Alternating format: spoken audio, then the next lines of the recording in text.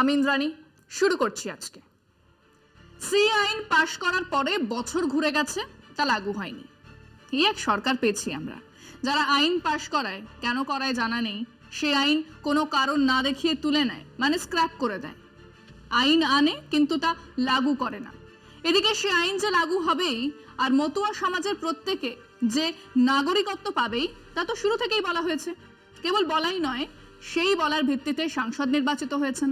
রানাঘাট, নদিয়া, উত্তর 24 পরগনার মতুয়া সম্প্রদায়ের মানুষজন ভাবছিলেন সরকার তো অত কিছু দেয়, এবার নাগরিকত্বও দেবে হয়তো।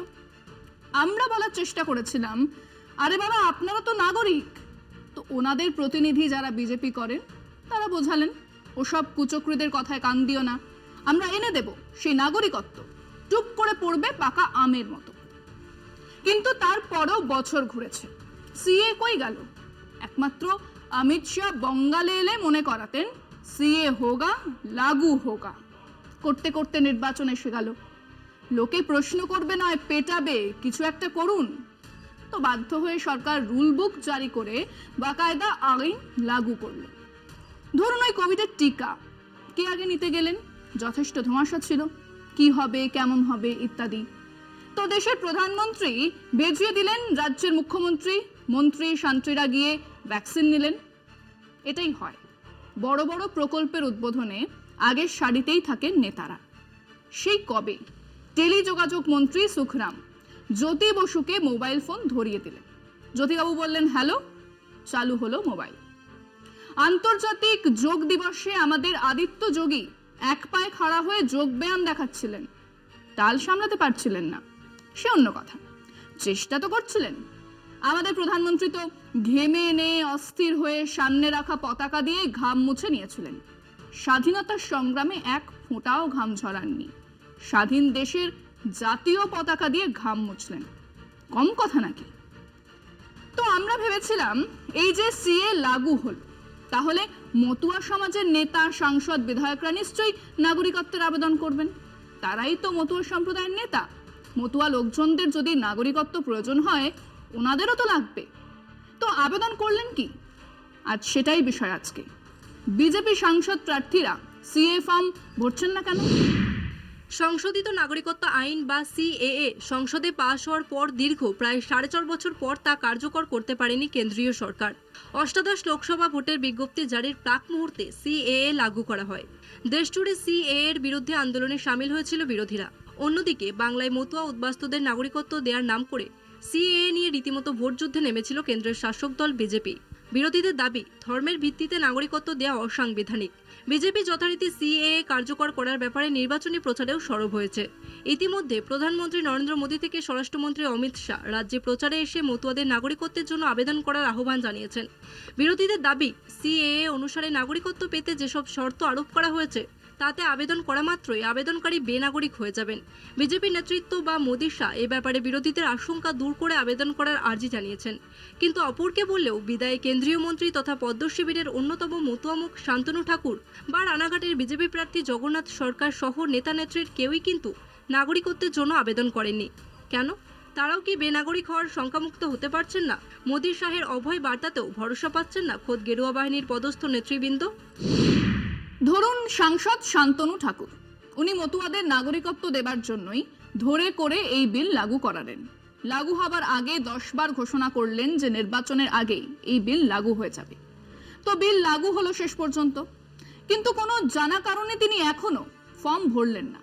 কেবল ফর্ম ভরে দিলেই যদি নাগরিকত্ব পাওয়া যায়, সেটা উনি নিজে করলেন না কেন? এবারে বারাসাত লোকসভার প্রার্থী আরেকজন বিজেপির বিধায়ক, তিনিও মতুয়া সম্প্রদায়ের মানুষ, তিনি ফর্ম ফিল আপ করেছেন? না, করেননি। কেন করেননি? কোন আশঙ্কা থেকে করেননি? কি ভেবে করেননি? তাহলে এনারা সিএ লাগু করব বলেই যাচ্ছিলেন কেন? তো এই স্বপন মজুমদার তো আর দেশের প্রধানমন্ত্রী নন। ইনি সাংবাদিক সম্মেলনে বসেছিলেন এবং এক দুষ্ট সাংবাদিক সেই প্রশ্নটাই করলেন, আপনি কি নাগরিকত্বের জন্য সিএ ফর্ম ফিল আপ করেছেন? উনি সাফ জানিয়েছেন না, করেননি। স্বাভাবিকভাবেই তারপরে প্রশ্ন ছিল কেন? তিনি জানিয়েছেন শুরুর দিকে সব আইনেই কিছু জটিলতা থাকে, তা কাটলেই সবাই আবেদন করবে। কি কাণ্ড! ওই আইন যা নাকি 5 বছর আগে সংসদে পাশ হয়ে রাষ্ট্রপতির সই নিয়ে আপাতত আইন, তার জটিলতা এখনো কাটেনি। ওই সম্মেলনেই জানা গেল একজন মতুয়া সম্প্রদায়ের মানুষও ওই সিএ ফর্ম ভরে জমা দেননি, মানে নাগরিকত্বের আবেদন করেননি। সাধারণ মানুষের মধ্যে তো নানান সংশয় থাকাটাই স্বাভাবিক, কিন্তু সাংসদ বিধায়কদের মনে কোনো সংশয় ছিল না? শান্তনুবাবু না স্বপনবাবু কেউই এ নিয়ে মুখ খোলেননি, কিন্তু কারণটা আমরা স্পষ্ট বুঝতে পারছি। ক্লাস 9-এর ছাত্র তো ক্লাস 9-এ প্রমোশন পাবার আবেদন করে না, ক্লাস 8 বা তার তলার ছাত্র সেই আবেদন করতেই পারে। ঠিক সেরকম একজন নাগরিক কিভাবে নাগরিকত্বের আবেদন করবেন, সেটাই সিএ আইনের সবথেকে বড় জটিলতা। তাহলে তাকে প্রথমেই বলতে হয় যে হুজুর, আমি ভারতের নাগরিক নই, তাই নাগরিকত্বের আবেদন করছি। এটা করলেই প্রশ্ন উঠবে, তাহলে কি দুই বিদেশি এতদিন ধরে আমাদের বিধায়ক বা সাংসদ ছিলেন? আমরা আমাদের দর্শকদের জিজ্ঞাসা করেছিলাম, মতুয়া সম্প্রদায়ের সাংসদ শান্তনু ঠাকুর বা বিধায়ক স্বপন মজুমদার নিজেরাই সিএ আইন অনুযায়ী নাগরিকত্বের জন্য আবেদন করলেন না কেন? একজন বিদেশি কি দেশের সাংসদ বা বিধায়ক হতে পারেন? শুনুন মানুষজন কি বলেছেন। যদি শান্তনু ঠাকুর নাগরিকত্ব না থাকে তাহলে তিনি ভারতবর্ষের ইলেকশনে কীভাবে পার্টিসিপেট করছেন? তাহলে তো তাকেও তো একটা ফর্ম ফিল আপ করতে হবে। সিএএ, এনআরসি, এনপিআর আসলে ভারতবর্ষ রাষ্ট্রের মধ্যে একটা জেলখানা বানাবার পরিকল্পনা তৈরি হয়েছে। সাংসদ হবে তিনিও কিন্তু ইনভ্যালিড, তাহলে নাগরিকে যদি ভ্যালিড না হয় তাহলে একজন সাংসদ কি করে ভ্যালিড হয়? শান্তনু ঠাকুর ওরা এখনও যখন সিএ অ্যাপ্লাই করেনি, তাহলে উনি কি করে বিধায়ক বা এই সাংসদ হন? একজন এমপি তো মাস্ট সে ভারতীয় নাগরিক, সে হতেই হবে। শান্তনু ঠাকুর কেন্দ্রীয় মন্ত্রী, সাংসদও বটে। আবার এই বর্তমানে বারাসাতে স্বপন মজুমদার, যিনি একজন বিধায়ক, তিনি বারাসাত কেন্দ্রে প্রার্থী হয়ে দাঁড়িয়েছেন। তো ওরা তো সিএর জন্য আবেদনপত্র, নাগরিকত্বের জন্য আবেদন করলো না। শান্তনু ঠাকুর ভারতের নাগরিক, আমরা যারা ভোট দিই আমরা সবাই ভারতের নাগরিক। শুধুমাত্র রাজনৈতিক গিমিকের জন্য বিজেপি এবং আরএসএস এই কাণ্ড কারখানা করছে। আজকে শান্তনু ঠাকুর কেন্দ্রের প্রতিমন্ত্রী এবং যে প্রার্থী স্বপন মজুমদার নাকি, সে প্রার্থী হয়ে দাঁড়িয়েছে, মানুষের কাছে বলছে ভোট চাইছে, কিন্তু তারা মানুষের ভোটেই তো তারা আজকে কেন্দ্রে গেছে। শান্তনু ঠাকুর যে ক্যান্ডিডেট, উনি নিজে আগে আবেদন করে মানুষকে বলুক যে আমি নিজে করেছি, আপনারাও করুন। প্রথমে ভোটার কার্ড ইউজ করলাম, সেটা হলো না, আমাকে আধার কার্ডটা ইউজ করতে হলো। তাহলে আমরা নাগরিক জানানোর জন্য আমাদের এতগুলো কার্ড কেন? একটা জিনিস অন্তত কার্ড করা উচিত। ভোট আসলেই মোদির কাজ শুধু এই সিএ, এই রাম মন্দির, এটা সেটা এইসব নিয়ে একটা মানুষকে উত্তপ্ত করে, এই আর কি। যদি নাগরিকত্ব না পায় কোনো বিদেশি সে হতে পারে না সংসদ, নাগরিকত্বটা মেন। সিএ করেই তো থেমে থাকবে না, তাদের উদ্দেশ্য আছে অনেক অনেক বড় ধরনের চক্রান্ত। ওই যেটা দেশের মানুষকে জেলখানার পুরবার জন্য একটা পরিকল্পনা করছে। মন্ত্রী আছেন, তিনি সিএ নাগরিকত্বের জন্য আবেদন করেননি, অথচ কেন্দ্রীয় মন্ত্রী হয়ে বসে আছে। এটা জনগণকে ধোঁকা দেওয়ার একটা জুমলাবাজি আইন।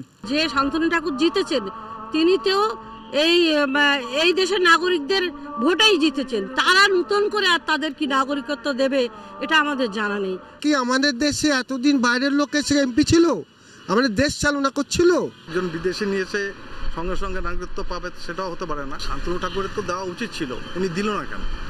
বা মথুয়ারা আছে, তাদের ভোটটাকে কবজায় করার জন্য এই কাজটা করছে। আমি যতদূর জানি যে নাগরিকত্ব না পেয়ে কোনো বিদেশি বা বিদেশিনীর বিধায়ক বা সাংসদ পদে আবেদন করার অধিকার নেই বা থাকতে পারে না। ভোটিংয়ের জন্য টোটালি সবাই তো খোলস পাল্টাতে বেশিক্ষণ লাগে না। তিনারা যখন আবেদন না করে ভোটে দাঁড়িয়েছে, তার মানে তিনারা ভালো করেই জানে এটা একটা জুজুর খেলা হচ্ছে, সংখ্যালঘুদের একটা ভয় দেখানো হচ্ছে। সিএএ সারা দেশে মুসলমানদের ভয় দেখানোর জন্যই পাশ করানো হয়েছিল, কিন্তু আমাদের শান্তনু ঠাকুর বা মতুয়া সম্প্রদায়ের বিজেপির নেতারা বুঝতে পারেননি যে বোমাটা নিজেদের দরজাতেই ফাটবে, বুমেরাং হয়ে ফিরে আসবে।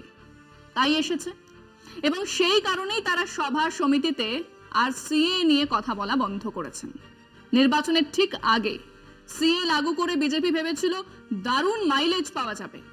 এখন এই সিএ লাগু করা বিজেপির ক্ষতি করবে। বেশ কয়েকটা আসনে বিজেপি হারবেই, মিলিয়ে নেবেন। আজকে এ পর্যন্তই। দেখতে থাকুন কলকাতা টিভি, রাত দিন 7 দিন।